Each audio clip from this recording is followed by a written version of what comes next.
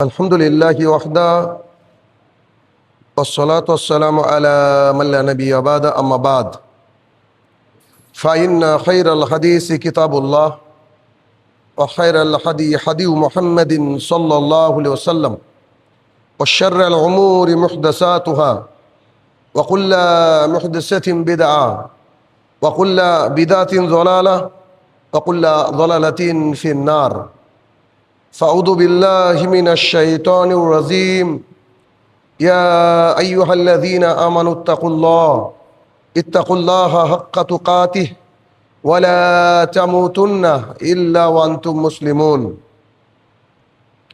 عن أبي هريرة رضي الله تعالى عنه قال رسول الله صلى الله عليه وسلم كل أمتي يدخلون الجنة إلا من أبى قيل يا رسول الله من أبى قال من أطاعني دخل الجنة ومن أساءني فقد أبى. عن عائشة رضي الله تعالى عنها قالت قال رسول الله صلى الله عليه وسلم من عمل عملا ليس عليه أمرنا فهو رد. সম্মানিত উপস্থিতি, সর্বপ্রথম আল্লাহ সুবহানাহু ওয়া তাআলার বারগাহে শুকরিয়া জ্ঞাপন করব যে আল্লাহ তাআলা জুমার সালাত আদায় করার লক্ষ্যে আমাদেরকে মসজিদে প্রেরণ করেছেন, যিনি বিচার দিবসের একক এবং একচ্ছত্র অধিপতি, আমাদের হায়াত এবং মওতের মালিক, সেই রব্বুল ইজ্জাতের বারগাহে শুকরিয়া জ্ঞাপনার্থে আমরা বলি আলহামদুলিল্লাহ।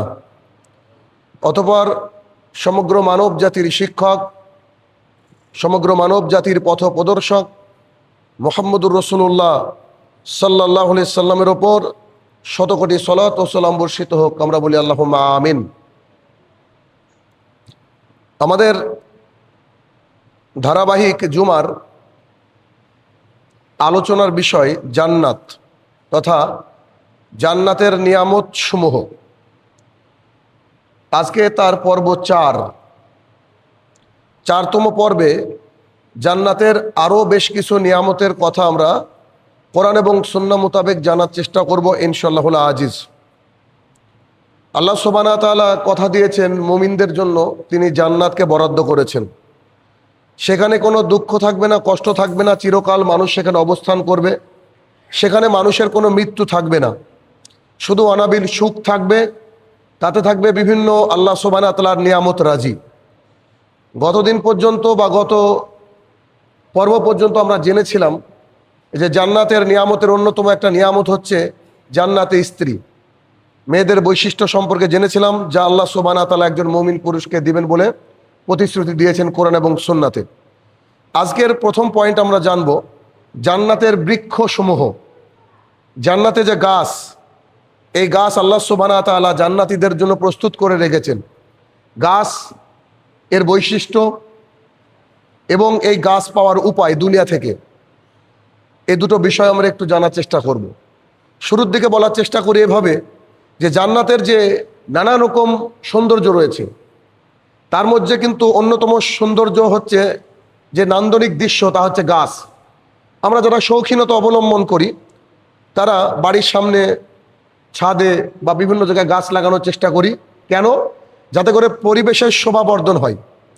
ঠিক তেমনই আল্লাহ সুবহানাহু ওয়া তাআলা জান্নাতের শোভাবর্ধনের লক্ষ্যে এক আশ্চর্যকর পরিবেশ, এক শান্ত মায়াবী পরিবেশ সৃষ্টি করার জন্য আল্লাহ সুবহানাহু ওয়া তাআলা জান্নাতীদেরকে যেখানে রাখবেন তার আশেপাশে চারিদিকে গাছের ব্যবস্থা করবেন। যেই গাছ দুনিয়ার গাছের তুলনায় বহুগুণ উন্নত হবে, যেই গাছ দুনিয়ার গাছের তুলনায় অনেক গুণ সমৃদ্ধিশীল হবে এবং স্থায়ী হবে, যে গাছের পাতা কখনো ঝরবে না, যে গাছ কখনো মলিন হবে না, ধুলোবালিতে ঢেকে যাবে না। তো এই নানান রকম গাছ থাকবে। শুধু গাছ নয়, সাথে থাকবে গাছের সাথে ফলমূল। আল্লাহ সুবহানাহু ওয়া তাআলা কোরআনুল কারীমের বিভিন্ন জায়গায় বলেছেন, খাস করে সূরা আর রহমানের মধ্যে বহু জায়গায় তিনি উল্লেখ করেছেন বারবার করে, যে তোমরা সেখানে পাবে ফলমূল থাকবে, খেজুর থাকবে, ডালিম থাকবে, অধিক পরিমাণে সেখানে সেগুলো পাওয়া যাবে।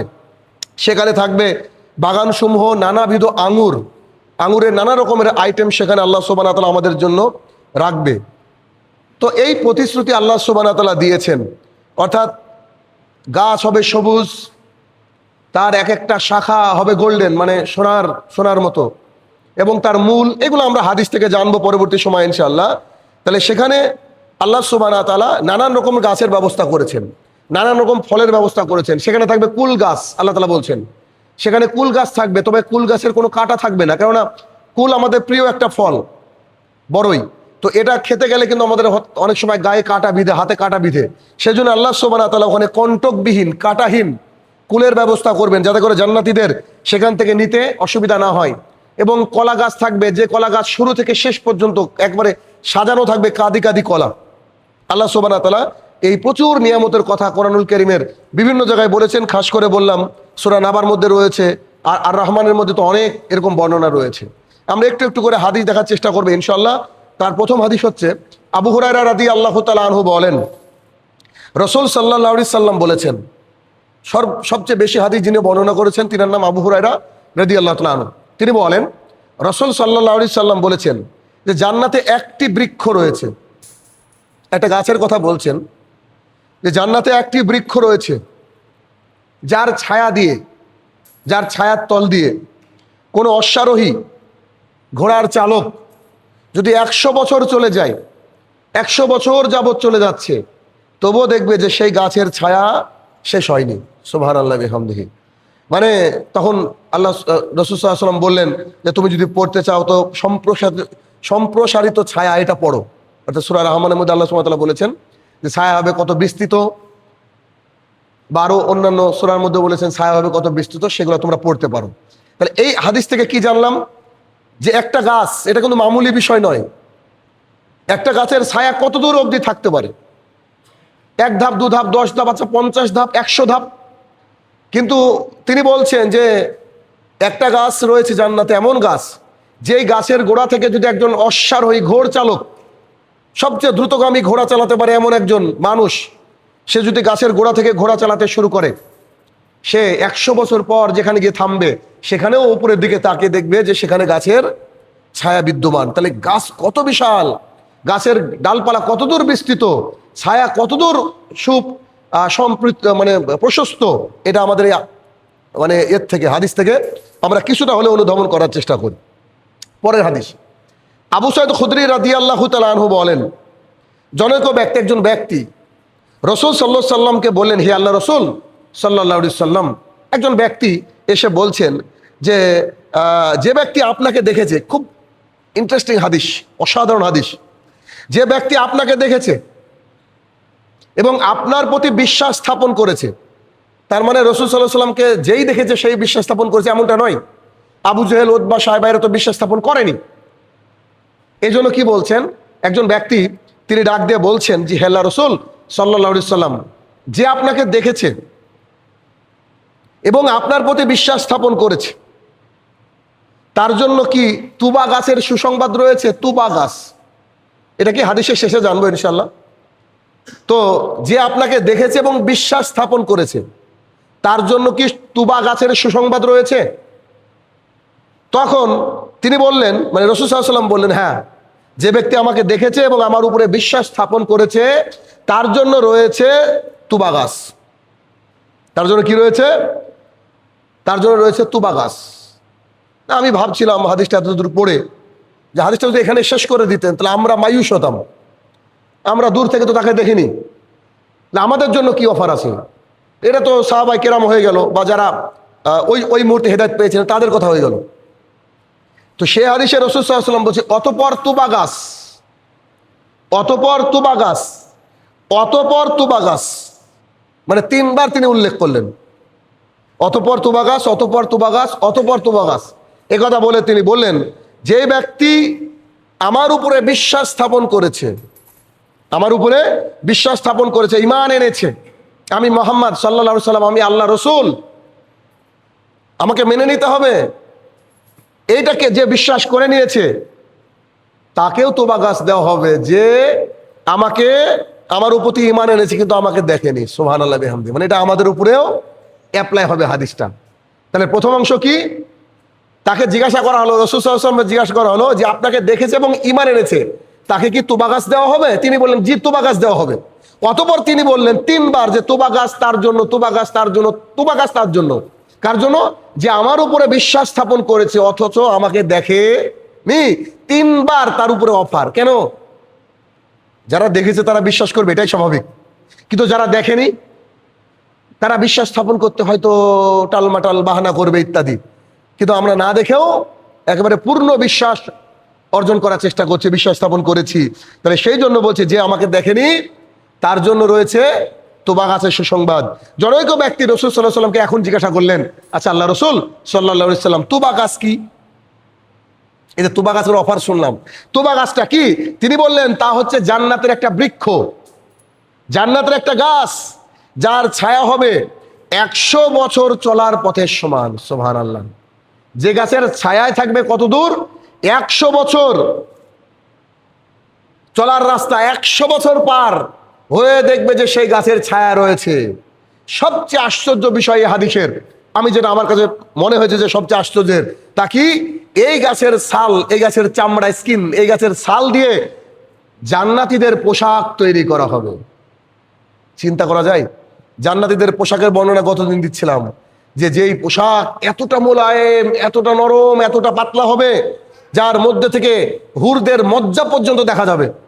তাহলে সেই ছাল, সেই গাছ কত উন্নত, যেই গাছ থেকে জান্নাতীদেরকে পোশাক দেওয়া হবে। আর জান্নাতীদেরকে পোশাক দেওয়া মানে সবচেয়ে উন্নত পোশাক। সবচেয়ে উন্নত পোশাক যাদেরকে দেওয়া হবে, নিশ্চয়ই আজে বাজে বা নর্মাল কিছু জিনিস দিয়ে দেওয়া হবে না।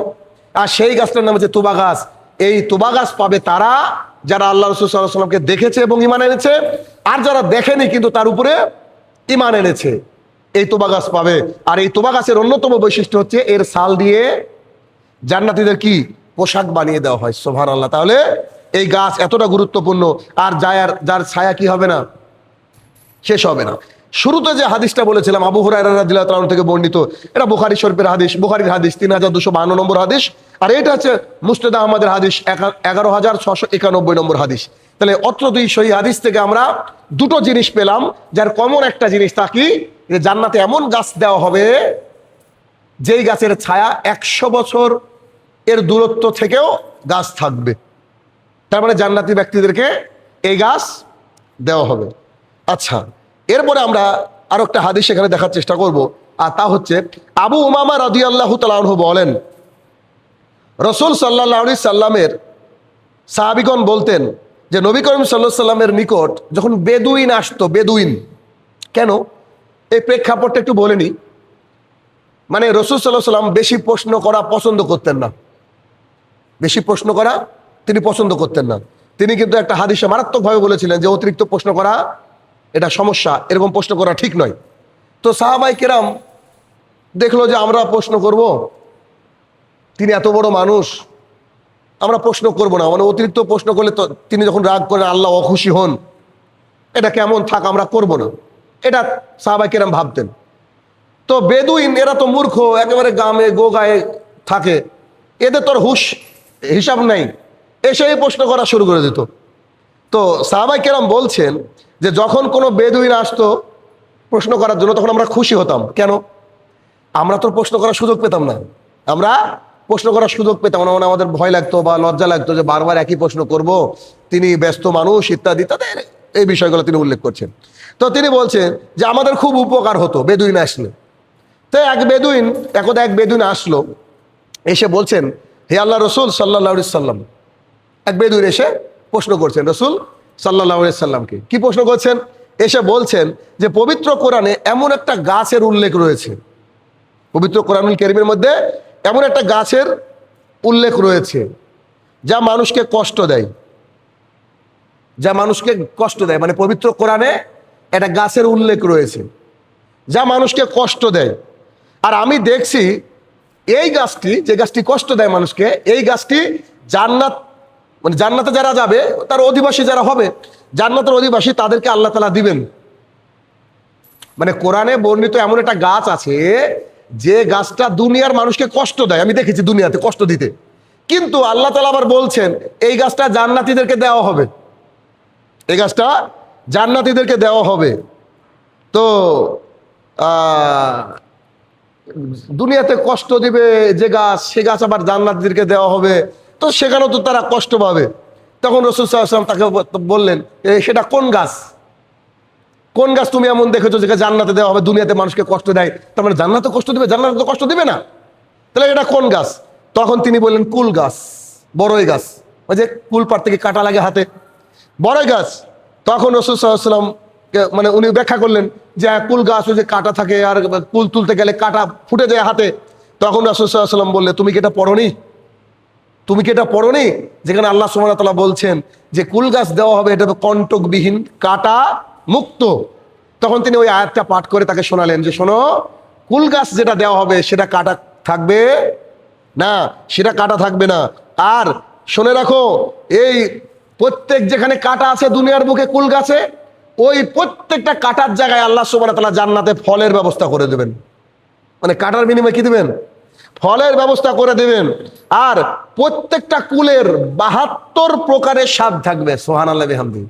না প্রত্যেকটা কুল মানে আলাদা আলাদা কুল গাছ নয়, এক একটা কুল একই গাছের শত শত হাজার হাজার কুল, প্রত্যেকটা কুলের আলাদা আলাদা স্বাদ থাকবে কি 72 প্রকারের। জান্নাতের গাছের সাথে দুনিয়ার গাছের তুলনা করা ভুল হবে, ঠিক আছে? 72 প্রকারের স্বাদ থাকবে, আর প্রত্যেকটা স্বাদ হবে ভিন্ন ভিন্ন, একটার সাথে আরেকটা কখনো কি হবে না, মিশে যাবে না। অতএব তুমি চিন্তা করিও না যে দুনিয়ার গাছ আর আখিরাতের তথা জান্নাতের গাছ এক হবে। এগুলো আকৃতিতে হবে বিশাল বড় লম্বা, কারণ জান্নাতে মানুষের হাইট হবে অনেক লম্বা, আকৃতিতে হবে বিশাল লম্বা, স্বাদে গন্ধে হবে অতুলনীয়, যা পৃথিবীর বুকে কোনোদিন কেউ গ্রহণ করেনি। আর শুনে রাখো, এই গাছের যে শিকড় হবে, মূল শিকড় হবে, এই শিকড় হবে সবুজ পান্নার মতো। হীরা পান্না আছে না, হীরা পান্নার মতো একেবারে ঝকঝক ঝকঝক করবে, সবুজ পান্নার মতো। আরেকটা জিনিস শুনে রাখো, এই গাছের শাখা পোশাকাগুলো হবে লাল স্বর্ণের, সোনা লাল স্বর্ণ যেগুলা সবচেয়ে দামি, এই লাল স্বর্ণের ইয়ে হবে। তখন তিনি এই কথা বললেন, তাহলে বোঝা যাচ্ছে যে কি, এই গাছ যে কুল গাছ হবে, দুনিয়ার বুকে কুল গাছের মতো নয়, বরং কাটা থাকবে না, কাটার জায়গায় ফল থাকবে। 72 রকমের কুল হবে, 72 রকমের কুলের নানা রকম স্বাদ হবে, একটা স্বাদ আর একটা সাথে মিশবে না। আর এই গাছ হবে বিশাল আকৃতির, এই গাছের মূল হবে সবুজ পান্নার মতো, এই গাছের ডাল হবে বিশাল বিস্তৃত, এবং এই গাছের ডাল হবে কি লাল সোনার মতো, যা সবচেয়ে মূল্যবান সোনা। এই হাদিসের মধ্যে এমনই কথা বলেছেন আবু হুরায়রা রাদিয়াল্লাহু তাআলা আনহু বলেন যে জান্নাতে প্রত্যেকটি গাছের মূল হবে স্বর্ণ নির্মিত, স্বর্ণ নির্মিত মানে মূল হবে সোনা দিয়ে তৈরি। এটা আল্লাহ তাআলার টেকনোলজি, এটা আমরা যতই বোঝার চেষ্টা করি, আমরা কিন্তু এগুলোকে বোঝার চেষ্টা করলে ব্যাস যতটুকুই অতটুকু মাথার মধ্যে আসবে, কিন্তু পুরোপুরি বুঝতে পারবো না। আচ্ছা, গাছের বর্ণনায় আর একটা হাদিস, সেটা হচ্ছে ইবনু আব্বাস রাদিয়াল্লাহু তাআলা আনহু বলেন, তিনি বর্ণনা করেন, মানে তিনি বলেন যে জান্নাতে সবুজ বৃক্ষের শিকড় যেগুলো, একই রকম হাদিস আর কি, সবুজ বৃক্ষ যেগুলো হবে, সবুজ গাছ হবে, তার শিকড় হবে সবুজ পান্নার মতো, একটু আগে যেটা বললাম হীরা পান্নার মতো সবুজ শিকড় হবে। তার শাখা, যে শাখা হবে মানে ডালপালা, সেগুলো মূল শাখাগুলো মানে বড় বড় যে শাখাগুলা, এগুলো হবে লাল সোনার মতো, সোনার মতো না, লাল সোনা দিয়ে তৈরি এগুলো হবে। আর তা দিয়ে জান্নাতীদের পোশাক তৈরি করা হবে। তাহলে তুবা গাছ দিয়ে আর এই গাছের ইয়ে দিয়ে কি হবে, জান্নাতীদের পোশাক তৈরি করা হবে। পোশাক তো এক ধরনের হয় না, আপনার বাড়িতে 7 রকমের 10 রকমের কালারের পোশাক আছে, তো সেখানে তো বিভিন্ন ডিজাইনের পোশাক দেওয়া হবে। আচ্ছা, এ হবে। আর তা দিয়ে জান্নাতীদের কি তৈরি করা হবে, পোশাক তৈরি করা হবে। আর ওই খেজুর হবে মটকা বা বালতির ন্যায়, একটা খেজুর হবে কত বড়, মটকা, মটকা বুঝেন কিনা? মটকা বলতে গেলে ওই যে বাড়িতে আগেকার মানুষ পানি ঠান্ডা রাখার জন্য যে কলসি রাখতো মাটির, ওই কলসির মতো ওরকম হবে খেজুর এক একটা, বা একটা বালতির মতো, বাড়িতে যে বালতি, এত বড় বালতি এখন আর থাকে না, বড় বালতির মতো, মানে বড় বালতির মতো খেজুর হবে এক একটা খেজুর। বড় সাইজের মানুষ হবে, খাবারও বেশি লাগবে, স্বাভাবিক কথা, ঠিক আছে? যা এতটাই সাদা হবে, এতটা ফ্রেশ হবে যে দুধ থেকেও মানে ঝকঝকঝকে, দুধ তো সবচেয়ে পরিষ্কার ধবধবে, তার চেয়ে বেশি ঝকঝকে হবে কি দেখতে হবে। আর এর মিষ্টতা হবে মধু থেকেও বেশি মিষ্টি, মধু এত বেশি মিষ্টি নয়, এই খেজুর এত বেশি মিষ্টি হবে। আর হাতে নিয়ে মুখের মধ্যে গলে যাবে, একেবারে মাখনের মতো হবে, নরম। আর এটা কখনোই কোনোদিন শক্ত হবে না। খেজুরের ক্ষেত্রে শক্ত হয়, কিন্তু এই খেজুর কখনো কি হবে না, শক্ত হবে না। অতঃপর এখান থেকে বুঝতে পারলাম, অত্র হাদিস থেকে আমরা বুঝতে পারলাম যে জান্নাতীদেরকে যে ফলমূল দেওয়া হবে তা হবে খুবই উন্নত মানের, তা হবে সুস্বাদু, তা হবে কণ্টকবিহীন, গাছের ডালপালা হবে সোনা দ্বারা নির্মিত, মূল হবে পান্না দ্বারা নির্মিত, এক স্পেশাল গাছ, গাছের হাইট হবে বিশাল বড় লম্বা, এবং মানুষের মন চায় খাবার সেখানে আল্লাহ সুবহানাহু ওয়া তাআলা প্রস্তুত করে রেখেছেন। এই জন্য বলা হয় যে সেখানে কোনো দুঃখ নেই, কষ্ট নেই, ক্লেশ নেই। কারণ মানুষ দুনিয়ার বুকে দিনরাত পরিশ্রম করে যে কি করে টাকা ইনকাম করব, কি করে উপার্জন করব, কি করে সংসার চালাবো। যখন এই চিন্তা মানুষের থাকে না, সেই সবচেয়ে বেশি আরামায়েশের মধ্যে নিজেকে নিমজ্জিত করে ফেলে। জান্নাতে একই অবস্থা হবে, এরকম কোনো চিন্তা থাকবে না, খাবারের চিন্তা থাকবে না, মানে আর কি হের চিন্তা, আর কোনো চাপ নেই। আচ্ছা, এই হাদিসগুলো যেগুলো আমরা শুনলাম সব মানে সহিহ হাদিস, এখানে কোনো জয়ীফ বা জাল হাদিসের আলোচনা করা হবে না ইনশাল্লাহ। আচ্ছা, এখন এই যে গাছের কথা শুনলাম, এই গাছগুলো পাওয়ার সবচেয়ে সহজ সহজ কিছু মাধ্যম আছে। এর আগে বলেছি কোনো না কোনো খুতবায় সহজ কিছু মাধ্যম আছে, এই মাধ্যমগুলো অ্যাপ্লাই করা উচিত এবং প্রতিদিন মনে করা উচিত।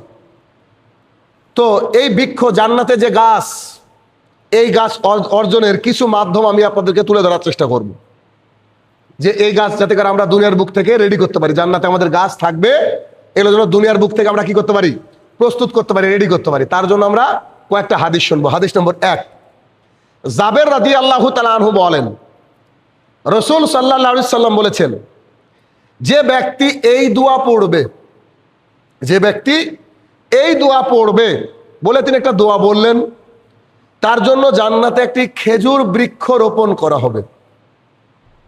রাসূল সাল্লাল্লাহু আলাইহি সাল্লাম বললেন যে যে ব্যক্তি এই দোয়া পড়বে, কোন দোয়া, যেটা আমি এখন বলবো, এই দোয়া পড়বে, তার জন্য জান্নাতে একটি খেজুর বৃক্ষ নির্মাণ করা হবে। তিরমিজির হাদিস, হাদিস নম্বর 3464, 3464 নম্বর হাদিস, সহিহ হাদিস। সুবহানাল্লাহিল আযীম ওয়া বিহামদিহি, একেবারে সহজ, উচ্চারণ করতেও সহজ। দিনে রাতে যখন সময় পাবেন তখনই বারবার করে এই ছোট্ট দোয়াটি পড়া উচিত। সমস্ত প্রশংসা আল্লাহ সুবহানাহু ওয়া তাআলার, সমস্ত গুণকীর্তন কার, আল্লাহ সুবহানাহু ওয়া তাআলা। সুবহানাল্লাহিল আযীম ওয়া বিহামদিহি, একেবারে ছোট্ট একটা দোয়া। রাসূল সাল্লাল্লাহু আলাইহি ওয়াসাল্লাম বলছেন, আর যিনি কখনো মিথ্যা কথা বলেননি, তিনি আপনাকে আমাকে এই সুসংবাদ দিলেন। কি সুসংবাদ? যে কোনো ব্যক্তি যদি সুবহানাল্লাহিল আযীম ওয়া বিহামদিহি এই দোয়াটি পড়তে পারে, তার জন্য কি হবে, জান্নাতে একটি খেজুর গাছ রোপণ করা হবে। আগের হাদিসে কি শুনলেন, যে গাছের খেজুর হবে মোলায়েম, হবে না কখনো শক্ত, ডালপালা হবে সোনা দ্বারা নির্মিত, যে গাছের মূল হবে সবুজ পান্নার মতো, আর খেজুর হবে এক একটা বালতির সমান, মুখের মধ্যে দিয়ে দিলে গলে যাবে, একেবারে নরম হবে। ওই যে আগের হাদিস ইবনু মাসুদ থেকে বর্ণিত ও হাদিস আমরা শুনলাম। আর এই হাদিস জাবের রাদিয়াল্লাহু তাআলা আনহু থেকে বর্ণিত, এখানেও আমরা শুনলাম কি, এখানে আমরা বুঝতে পারলাম যে কি করে আমরা জান্নাতে খেজুর গাছ লাগাবো বা অন্যান্য গাছ পাবো। তার প্রথম হাদিসে আমরা বুঝতে পারলাম যে আমরা যদি এই দোয়াটা পড়ি, যে সুবহানাল্লাহিল আযীম ওয়া বিহামদিহি, আমি অন্তত পক্ষে এতটুকু মনে করি, এই খুতবার উপরে এখানে দাঁড়িয়ে বলছি, আমি আমার বিশ্বাস, এর আমার ভিতরের বিশ্বাস, আজ থেকে না বহুদিন থেকে আমার বিশ্বাস, আমি যে 3 বার আপনাদেরকে দোয়াটা পড়ে শোনালাম, আমি আল্লাহর কসম করে বলছি, আমি আশাবাদী যে আমার জান্নাতে 3টে গাছ হয়ে গেছে। এটা আমি আশাবাদী। কেন?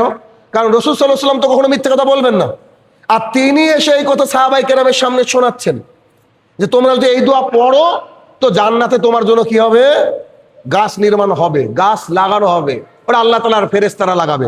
অতএব আমাদেরকে সব সময় কি করা উচিত, এই দোয়াটি যখন সময় পাবেন, শুধু আজকে খুতবা শুনলেন আজকে পড়বেন এমনটা নয়, যখন আপনার সময় হবে তখন কি করবেন, একটা বাগান তৈরি করার চেষ্টা করবেন। একটা গাছের বাগান হয় না, আপনার এটা পড়তে কতটুকু সময় লাগে, 1 মিনিটে মনে হয় 50-60টা গাছ লাগিয়ে ফেলতে পারবেন। তাহলে চেষ্টা করেন, আল্লাহ তাআলা আমাদেরকে সেই তৌফিক প্রতিদিন বারবার করে দিক, যাতে করে আমরা জান্নাতে গাছ লাগাতে পারি। এই বলে সুবহানাল্লাহিল আযীম ওয়া বিহামদিহি, আল্লাহ সুবহানাহু ওয়া তাআলা আমাদেরকে কবুল ও মঞ্জুর করে নিক, আল্লাহুম্মা আমিন।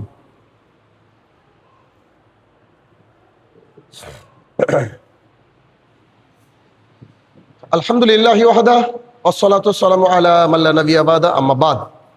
2 নম্বর হাদিস, আবু হুরায়রা রাদিয়াল্লাহু তাআলা আনহু বলেন, একদিন রাসূল সাল্লাল্লাহু আলাইহি সাল্লাম তার পাশ দিয়ে যাচ্ছিলেন। আবু হুরায়রা রাদিয়াল্লাহু তাআলা আনহু বলেন যে একদিন নবী করিম সাল্লাল্লাহু আলাইহি ওয়াসাল্লাম তার পাশ দিয়ে যাচ্ছিলেন, এমতো অবস্থায় তিনি একটা বৃক্ষরোপণ করছেন, একটা গাছ লাগাচ্ছিলেন। একেবারে স্পষ্ট ভাষায় তিনি একটা গাছ লাগাচ্ছিলেন। অতঃপর রাসূল সাল্লাল্লাহু আলাইহি সাল্লাম তাকে বললেন, হে আবু হুরায়রা, গাছ লাগাচ্ছিলেন, দেখতে পেলেন, তুমি কি রোপণ করছো? যদিও তিনি দেখেছেন, দেখার পরে তিনি বলছেন, হে আবু হুরায়রা, তুমি কি করছো, কি লাগাচ্ছ, কি গাছ লাগাচ্ছ বা কি রোপণ করছো? উত্তরে আমি বললাম, আবু হুরায়রা রাদিয়াল্লাহু তাআলা নিজে বলছেন, উত্তরে আমি বললাম, আমার জন্য একটি বৃক্ষ রোপণ করছি, আমার জন্য একটি গাছ লাগাচ্ছি। তখন রাসূল সাল্লাল্লাহু আলাইহি ওয়াসাল্লাম তাকে বললেন, আচ্ছা, আমি কি তোমাকে এর চেয়ে উত্তম বৃক্ষ লাগানোর উপায় বলবো না?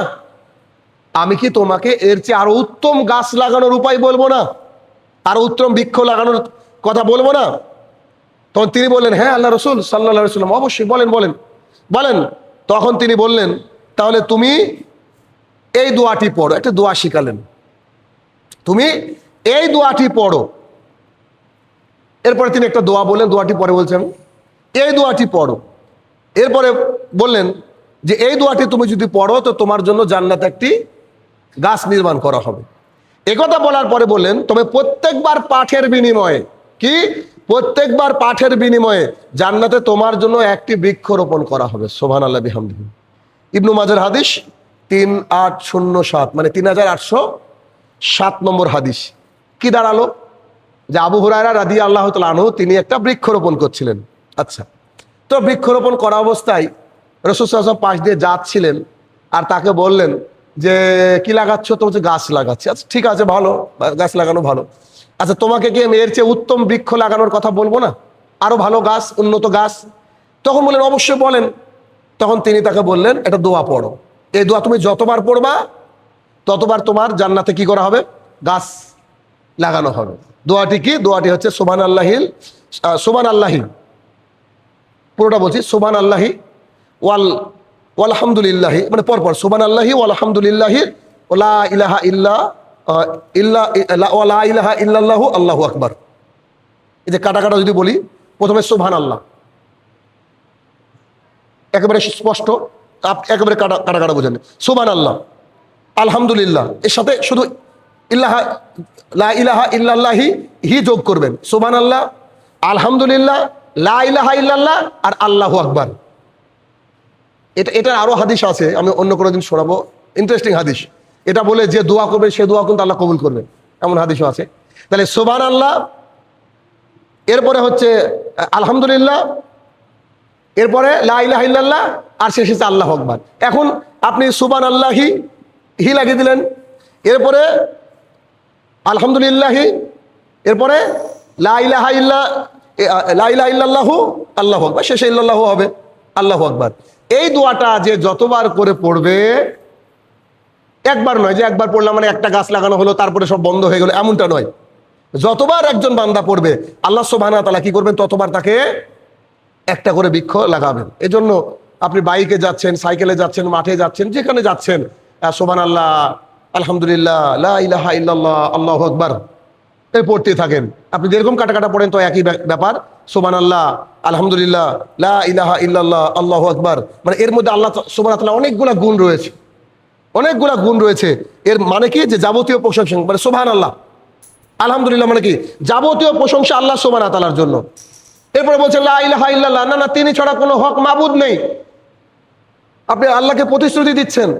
সুবহানাল্লাহ, আলহামদুলিল্লাহ, যাবতীয় প্রশংসা, হামদ, গুণকীর্তন কার জন্য? আল্লাহ তাআলার জন্য। কোন আল্লাহ তাআলা? লা ইলাহা ইল্লাল্লাহ, যার কোনো শরীক নেই, যিনি ছাড়া কোনো ইলাহ নেই, আমাদের হক কোনো মাবুদ নেই। আর শেষে বলছেন আল্লাহু আকবার, তিনি কি? সবচেয়ে মহান, সবচেয়ে বড়। এই বাক্য যদি আমরা বলতে পারি, তবে এই কথা বলার পরে তিনি বললেন, তবে প্রত্যেকবার পাঠের বিনিময়ে আল্লাহ সুবহানাহু ওয়া তাআলা তোমার জন্য কি করবে? জান্নাতে একটা বৃক্ষরোপণ করবে। তাহলে আমরা মোট কথা আজকের খুতবা থেকে মোটামুটি আমরা কি গাইডলাইন পেলাম হচ্ছে আল্লাহ সুবহানাহু ওয়া তাআলা জান্নাতীদের সুখের জন্য, অনাবিল শান্তির জন্য, তার বান্দাদের আনন্দের জন্য আল্লাহ সুবহানাহু ওয়া তাআলা জান্নাতে কি করবেন? মানুষের জন্য গাছ নির্মাণ করবেন। এবং সেই গাছগুলো যতই আমরা কল্পনা করি তা ভুল হবে, কেননা এমন গাছ পৃথিবীর বুকে নেই যে একটা গাছের ছায়া 5-10 কিলোমিটার গিয়েছে। এমন গাছ হয়তো পৃথিবীতে নেই, আল্লাহ তাআলা ভালো জানে। তবে এখানে যে গাছের কথা উল্লেখ করা হলো, সেই গাছের ছায়া 100 বছর পরেও সেখানে দেখা যাবে। 100 বছর পর, এটা কি ভাবা যায়? একটা অশ্বারোহী ঘোড়ার চালক যদি সেই গাছের গোড়া থেকে চালাতে শুরু করে, যদি আরেকটা হাদিস এসেছে আবু সাঈদ খুদরি থেকে বর্ণিত, তিনি বলেছিলেন, রাসূল সাল্লাল্লাহু আলাইহি ওয়াসাল্লাম বলেছেন, একজন অশ্বারোহী যদি গাছের গোড়া থেকে ঘোড়া চালাতে শুরু করে, পাতলা দুবলা সুন্দর ফিটফাট একটা ঘোড়া নিয়ে চালাতে শুরু করে, 3 দিন ঘোড়া চালিয়ে যেখানে গিয়ে পৌঁছাবে, সেখানে গিয়েও তাকিয়ে দেখবে যে গাছের ডাল, গাছের ছায়া।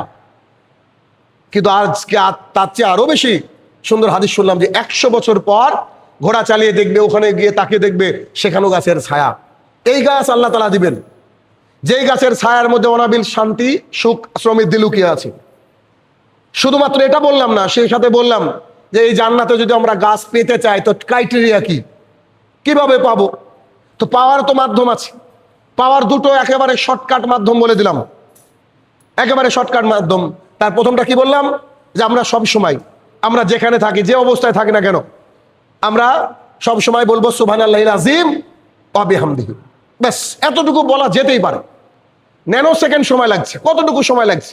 3 সেকেন্ড 4 সেকেন্ড। সুবহানাল্লাহিল আযীম ওয়া বিহামদিহি বোধহয় 3 সেকেন্ডও লাগছে না, 2 সেকেন্ড বা 3 সেকেন্ড ধরে নেন। এই 3 সেকেন্ডের বিনিময়ে জান্নাতে গাছ। মনে হতে পারে 3 সেকেন্ডের বিনিময়ে জান্নাতে গাছ। হ্যাঁ, 3 সেকেন্ডের বিনিময়ে জান্নাতে গাছ। কিন্তু সবারই মুখ দিয়ে তো আল্লাহ তাআলা বের করবে না। এই যে আপনারা শুনলেন, সবাই কি পড়বেন? আমি তো জানি পড়বেন না। হয়তো গেলেন, খাওয়া দাওয়া করলেন, আজকের দিনটা এত মনে থাকলো, বাকি সময় ভুলে যাবেন। যদি এগুলো মনে থাকে, বুঝতে হবে যে আল্লাহ তাআলা আপনাকে ভালোবাসে। যদি মনে থাকে মাঝে মাঝে, আজকে না, একদিন না, 10 দিন না, 1 মাস 2 মাস পর পর যদি মনে থাকে, তাহলে বুঝতে হবে যে না, আল্লাহ তাআলা আমাকে ভালোবাসে। অতঃপর আর একটা হাদিস, যেটা আবু হুরায়রা থেকে বর্ণিত, রাসূল সাল্লাল্লাহু আলাইহি ওয়াসাল্লাম ওই যে গাছ লাগানোর ব্যাপারে যেটা বললেন, যে কি গাছ লাগাচ্ছ, কি লাগাচ্ছ? তো গাছ লাগাচ্ছে। তা আমি তোমাকে উত্তম গাছের কথা বলবো। মানে দুনিয়ার বুকের গাছ লাগানো ভালো, আলহামদুলিল্লাহ। এর চেয়ে আরো আরো আরো বেশি উত্তম গাছ কোথায়?